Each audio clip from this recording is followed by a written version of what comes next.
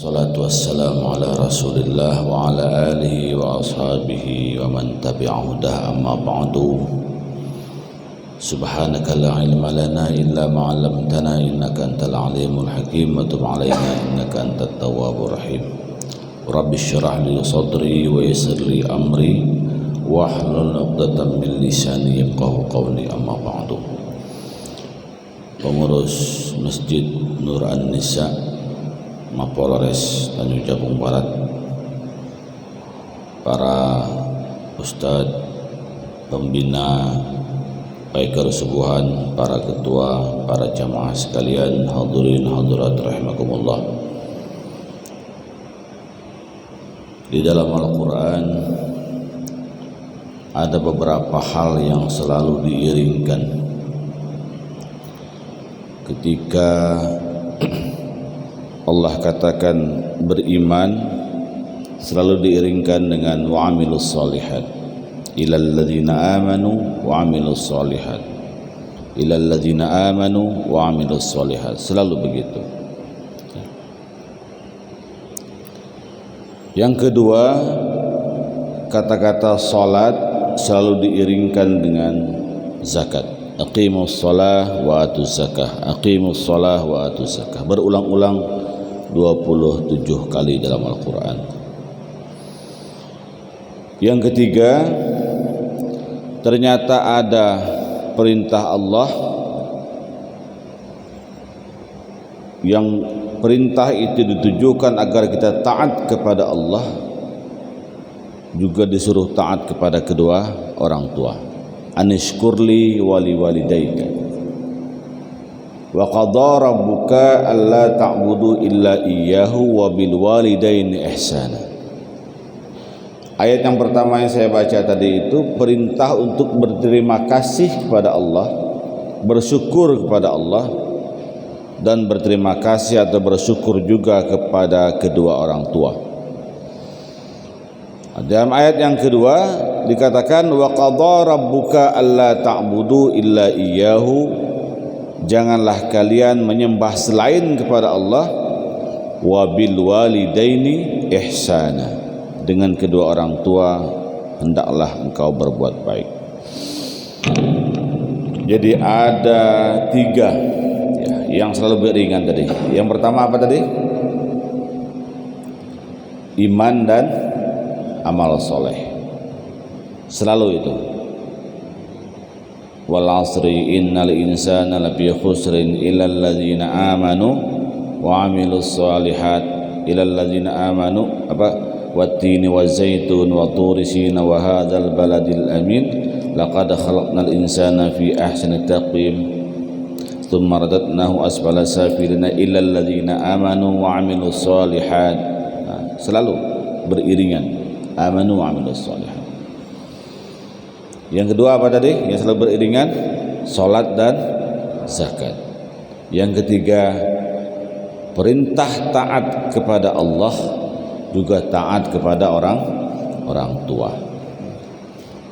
Inilah pelajaran kita subuh ini ya. Jadi ada yang tidak bisa dipisah ya. Tidak bisa. Orang salat saja tidak zakat, tidak bisa. Itu ketaatan vertikal, hanya salat kepada Allah, tidak pernah sedekah, tidak pernah zakat kepada samping ya, kepada sesama manusia tidak pernah berbuat baik. Itu juga tidak benar. Tidak ada infak yang dia keluarkan, tidak tahu dengan tetangga ada orang kelaparan segala macam. Jadi antara salat dan zakat seimbang. Yang kedua apa tadi? Iman dan amal soleh. Iman itu apa? Iman itu kayak strom. Nah, strom, tahu strom ya? Kelihatan enggak strom tuh? Enggak kelihatan. Arusnya bergerak di dalam kabel, tidak kelihatan. Bagaimana agar iman kelihatan? Itulah amal soleh. Kita beriman di dalam dada iman kita. Bagaimana perwujudan strom? Oh, ini ada lampu hidup. Oh, berarti ada strom di situ. Stop kontak dipencet, hidup lampunya, keluar cahaya. Ada apa tidak strum? Dihidupkan kipas angin. Kalau dia berputar berarti ada strum di situ. Ada iman tapi tidak kelihatan dia sebelum dia bergerak. Sebelum dia sholat tidak kelihatan. Maka itu kata Nabi, "Iza ra'aitumur rajul ya'tadu ilal masjid fashhadu bi annahu muslim." Kalau kalian melihat ada orang bolak-balik ke masjid, mondar-mandir, datang subuh berangkat ke masjid, zuhur nampak dia di masjid, asar kelihatan dia di masjid, ya. Saksikanlah kata Nabi, bi annahu muslim, dia adalah seorang yang beriman. Nah, jadi mukmin dan muslim itu harus beriringan juga. Antara iman dan amal soleh sama halnya antara strum dengan gerak tadi. Sampai jam berapa nih? Hah? Masih kurang. Saya hanya ingin mengambil cerita. Soalnya Rian udah siap sarapan di luar tuh kan. Saya ingin mengambil kisah yang ketiga tentang berterima kasih kepada Allah dan berterima kasih kepada sesama manusia. Kepada orang tua. Banyak orang mencapai derajat yang tinggi ya, karena dia mengamalkan, dia berterima kasih kepada kedua orang tua. Allah kabulkan hajat dia karena dia berterima kasih dan berbakti kepada kedua orang tua.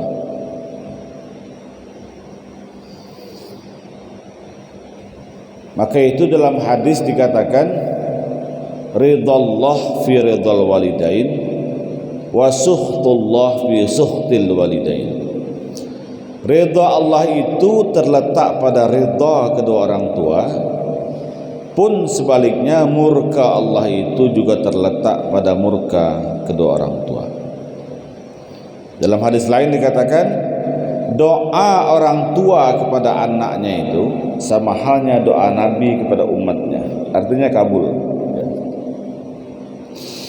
Bapak Ibu mungkin pernah mendengar satu kisah yang sangat masyhur sebenarnya sudah, dan saya ulang-ulangi tidak apa-apa. Tiap hari pun kita ulang kisah itu tidak apa-apa, karena itu bagus, inspiratif ya.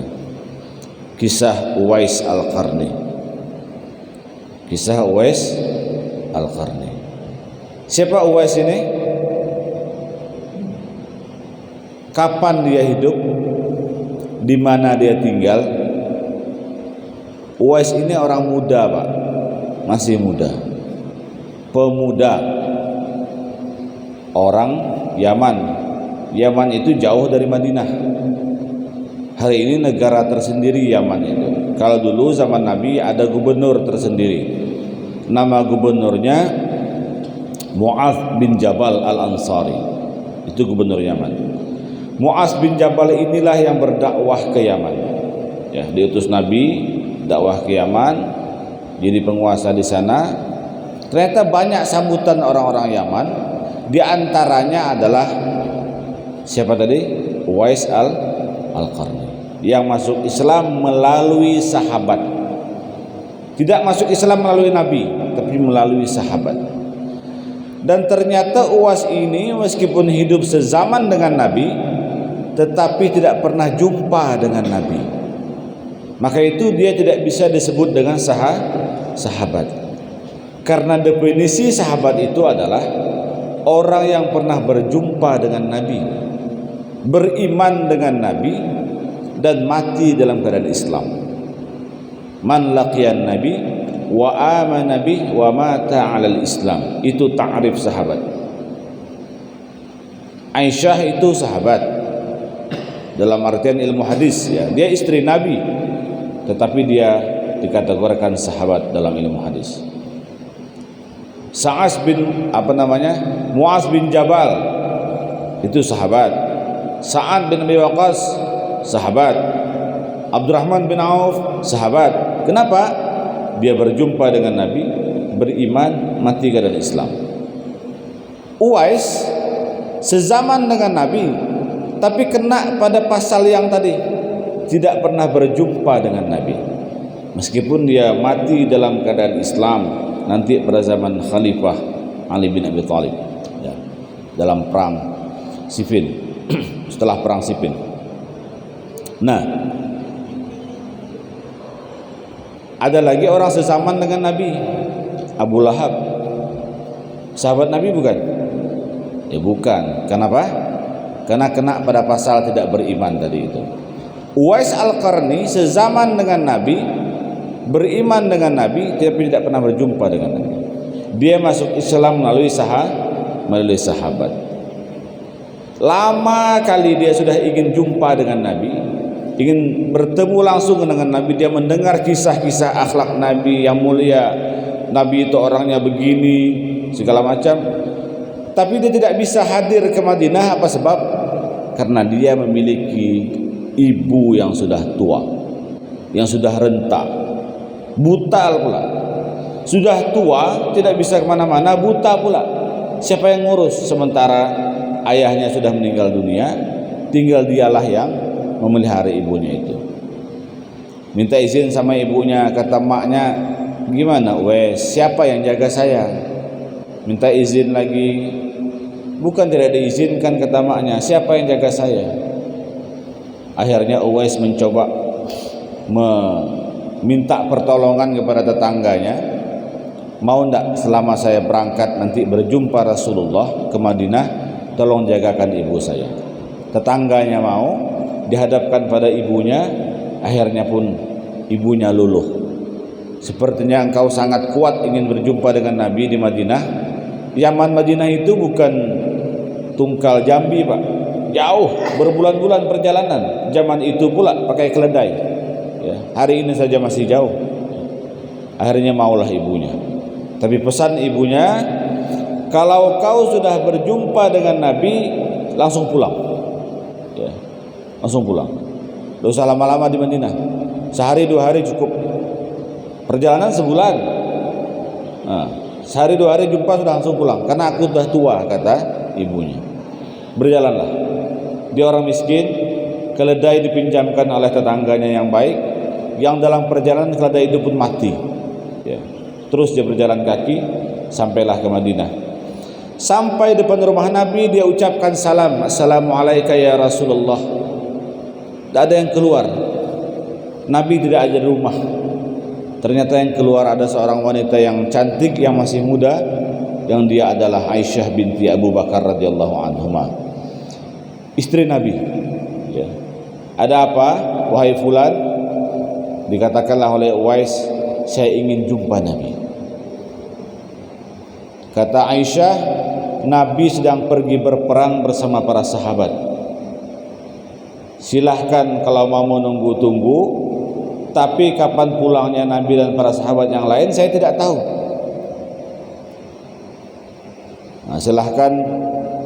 Di Masjid Nabawi itu ada suffah, Pak. Ashabus suffah itu ada 300 orang, seperti emperan begitu. Ada aula terbuka, ya, di sebelah Masjid Nabawi. Disitulah Abu Hurairah dan teman-temannya itu yang disebut dengan ashabus suffah tinggal. Semacam barak yang mereka ini terus mengikuti dakwah Nabi, mencatat, menghafal hadis-hadis, dipimpin oleh Abu Hurairah, ya. Nah, jadi kalau mau istirahat di situ bisa, di suffah tadi itu. Makanya kemudian orang mengenal ada istilah sufi, ya. Katanya berangkat dari itu, ashabus suffah. Tetapi Uwais Al-Qarni bukan tidak mau tinggal di situ, bukan tidak mau lama-lama di Madinah, bukan tidak mau lama-lama i'tikaf di Masjid Nabawi menunggu kehadiran Nabi, tapi ingat ibunya di rumah. Kalau aku lama di sini, tidak tahu juga kapan Rasulullah balik, kan HP tidak ada waktu itu, belum ada handphone, ya kan?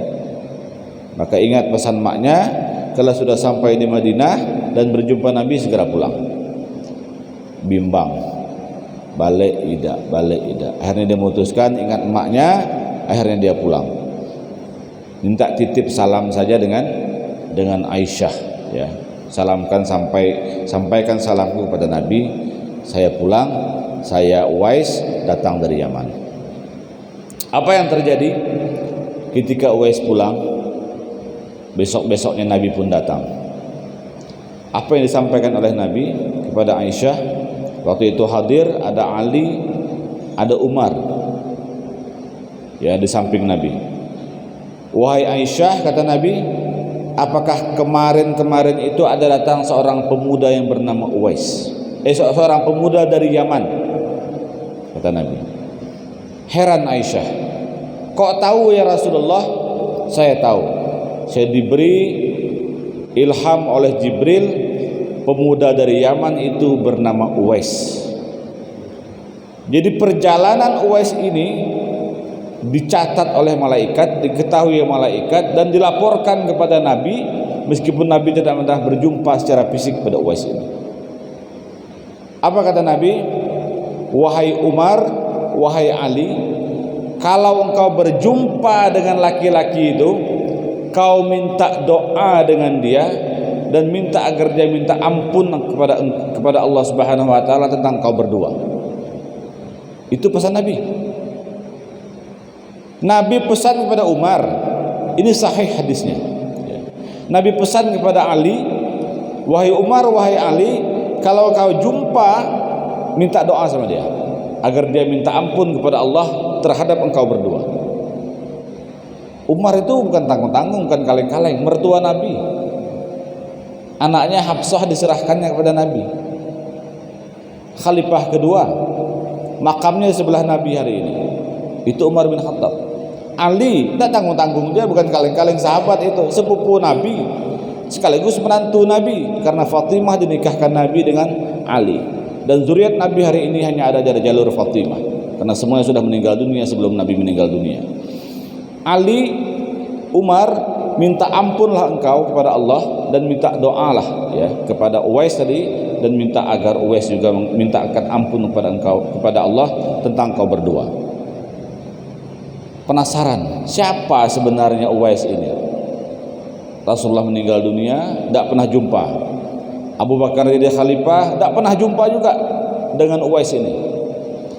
Begitu Umar menjadi khalifah, setiap ada kafilah dari Yaman, Umar tanya, ada nama Uwais tak? Tak ada. Setiap jamaah haji datang dari Yaman, Umar tanya, ada nama Uwais tak? Tak ada. Orang berdagang dulu kan, kalau berdagang itu rihlatas syita'i was saif ya. Orang Arab itu kalau musim dingin mereka ke Yaman, kalau musim panas mereka ke Syam, ke Syria, Damaskus hari ini.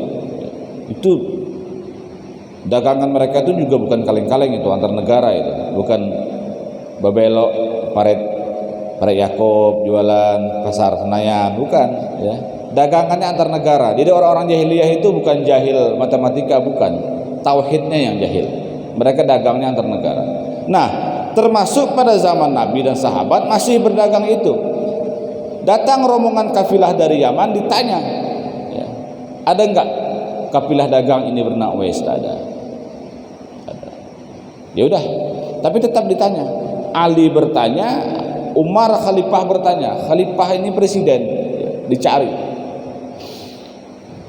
Ketika ibunya sudah meninggal dunia di Yaman, Uwais pun keluar dari Yaman dan minta izin kepada rombongan dagang untuk ikut dalam rombongan itu sebagai juru parkir unta-unta.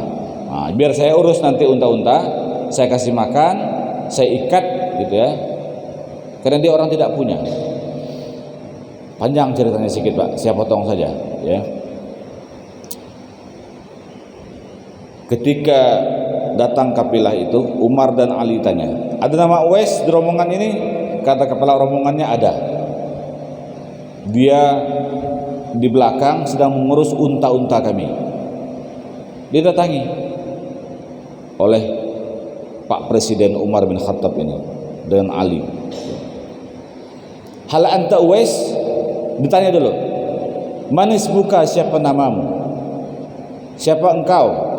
Hanya hamba Allah, kata Uwais. Kalau hamba Allah, kata Umar, semua kita ini hamba Allah. Hal anta Uwais, apakah engkau ini Uwais? Kaget Uwais, kok dia tahu?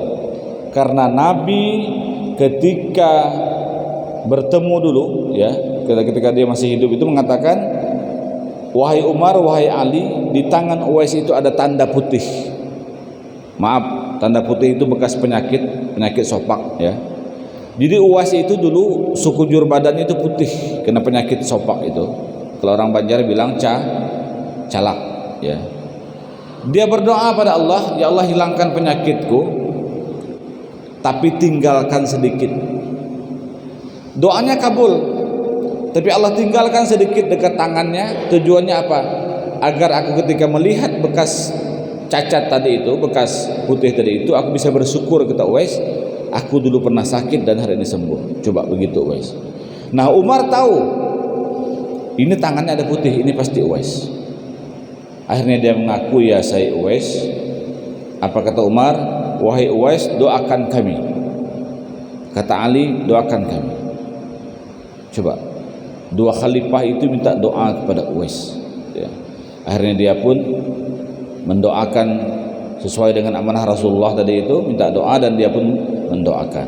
Umar menyuruh tinggal di Madinah bersama dengan Umar dan sahabat-sahabat yang lain, tapi dia kemudian memutuskan untuk berangkat ke Kufah meneruskan perjalanan dagangnya itu. Ringkas cerita, dia meninggal dunia pada tahun 38 Hijriah ya, pada masa kekhalifahan Ali bin Abi Thalib.